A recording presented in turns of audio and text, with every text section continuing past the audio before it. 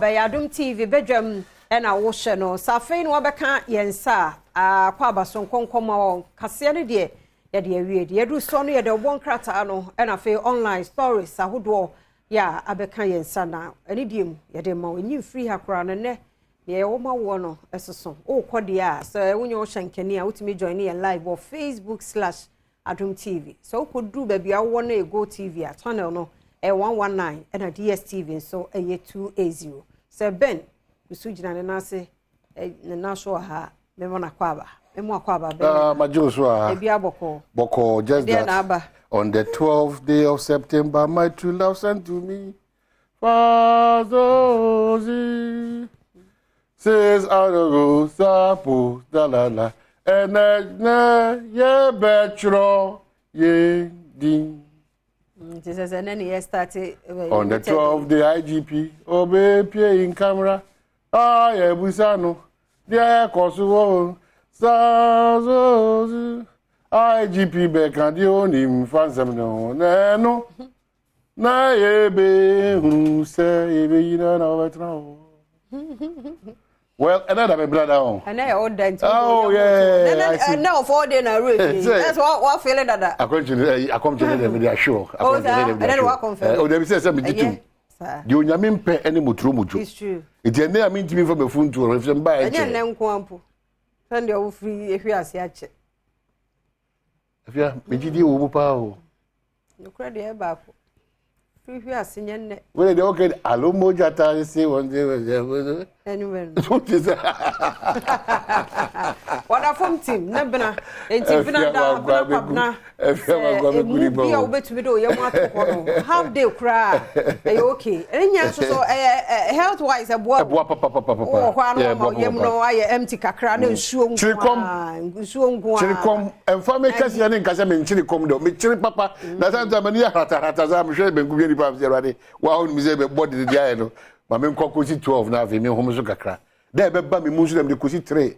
That me person be a hatanos, then 6 p.m. and look at some because come dear, yeah, come dear. But you may be a chili is very important. Apart from so spiritually, you know, what Pom would do one of the easiest way out of it.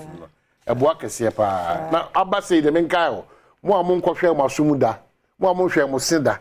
Na mo amon hwe monida sa no ma miensa we very important waso o sene kwa de be dada because every day won egusu it is a problem be any ho so o kono de rura was no wa bebre wo sene ma nya ti me srew o se wani waso ansa na the normal test say o osumo o ko wari hwe se momoja no pepepa momoja no na be adri de na you be dey say stop no ye mpet nyoma bi a enye papa okay sure so why because so far as a card abare abusuafo muntie mo de hye ne kwaware very key if you kwa wo na ya pomuden wo sem and dey no kre mo de hye ne kwaware very important we dem go di odo achi mu wie na sanko ya mo se abayifo nya abayifo bia bakwa be no kra na nyi kwa se omo kwaware na nsem me se meti we se me mai de egu mensem me boto o madwene mo saa nti wonnam no onyini konyina ebu onini se relationship before ni pano so approach you no me say osusu mi say e mo do because odo ni betima o ya kan ya onte odo na sisi na so odo ni betima onte o man hene kwabena sante o man hene kwabena sante o man hene kwabena sante watina se okahia onte but anya no na meka adana kedi no odo na sisi na so ante kata nani eno na meka wase miti beginning na wo bia nko cheke ne made no so ne nipa ya kana se enkachi osmosis onko cheke nti onko cheke na mfa jai simple make oyam do say hwibodi here what mama ko cheke na ni dem popo o cheke na mfa jai nyasi edidi agro yes no correct me sewa because se bo hu say bia okofa afuru na afuru ko wo mofra bi o say enye no correct afuru sumo hwe you know there are a lot of STDs also my column challenges STD they are risky crowd so say e mema no de mo no mo ye different ma de ye chese minim ha nyame bo esia just say be ma ene wa hia no no no simtim ne be bantam That's what power someone say your ukunu a na ye ompena wo power someone no obeka say check it obi ha akona no afa ho no wokọ wudi ma de kro obi aba akona no wokọ obi aba akona no wokọ be busa ho na adai ma de ne na anya na say na bia yare bi ne wo ho but wo fere so obeka kire wo sa de no ekro aye ni sex education me ba wie no me feel am say ma bogua wa cross first de no ye movement ye check no ma bi ye we say what yesim ope wo mpo yo ba nioma bebre be ba abu ya nkyere ofia wonte awofo no kra ntemi o mo makra nkasa ni sanko ofere are fere kire no mu ana wanya unim se wanya ana ya mprantwe be bi be approach you wanya uni hon tv no be hwe na bekinkan phone so be jato na mse phone onim okra de wo da mtimi me de kra de ma sakra chen wo da fom tim ko be bi odu be wura wu hu hwe de so ofre ye sere mo ya ba ne kasa ba ta ma ko no be to no na ye ko ba bi enti awfo no yanji bre ne nkwada ne ni nkomo right yanji nkwada ne ni nkomo omo pia no omo no you know die no oh me ko ba me man ka che na me ma dana me hwan krom I mean who does that na hey no I mean who does that hello hi hey o papa on media za people go no o me gina beto ai o system ni mo wa tam hey tam na mi so now obejina me hwan krom I mean who does that I'm saying who does that hello hi next time very recording now when you pop na and your story be yes akra 9 years at 24 year oh boy a rapino na aroho na utie story na how etia ye nkomo ya ye die ya bia ono maame na ya ne ba no ne boy ba no ho a no wasere omu nyina wo compound house into wasere be ma 24 na we repin ne ba ne se o ne boy ne ba no ho de ni die mi ya wonye ne ma no edna wone de ti be ma yesa say wie na so no so wie girl 9 years or class 3 o no ne na da break your crown virginity abra wondu ho na we me question say who na di for ya che abemu ano me I think also oba no so ye che no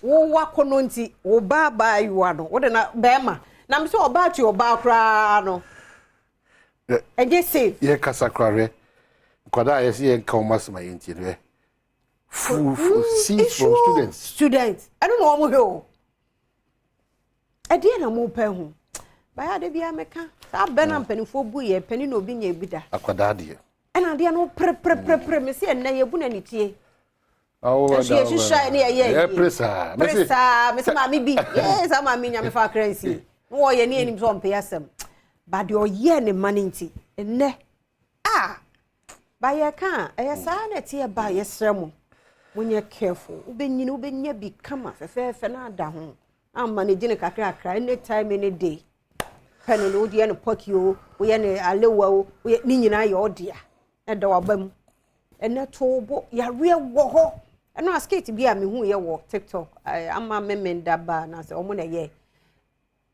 na ono ye nurse and a young guy so ko check ni HIV status e skate no mo aye so before be ma no ne result no o ka kire no e ma hi na ade o mada na be ma ni so 10 o say in pentro kan kure afi o say 15 o say hey o kure mi training na wa ya otumu say me nurse ni amakre kan kure o say 600 o say hey be mu an e ma you 600 na wo age wetumi ni o mada yo any report na ekura me no so woje na wohwemu a hwo hu yie eduro no nom ni yie yo bibia yie kama na behwe akwa agina ho na ne yam de ne pram to ode ma no a na obie na just wo ye negative o say am negative behwe akwa de ne ku form enti kasa ne tintin ni tietie mu nyina ne say se wonye ready a bo ho ban tadwam bo ha condom she enye pregnancy no kwa nyarewa ko namu nyarewa ho do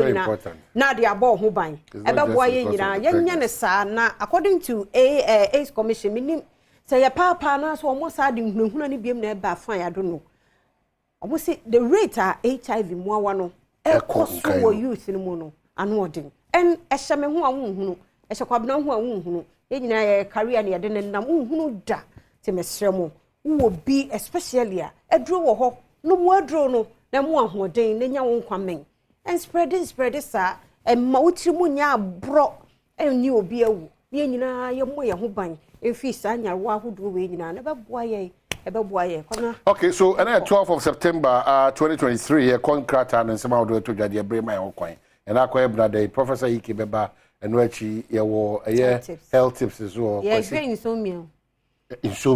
Go to me na kura.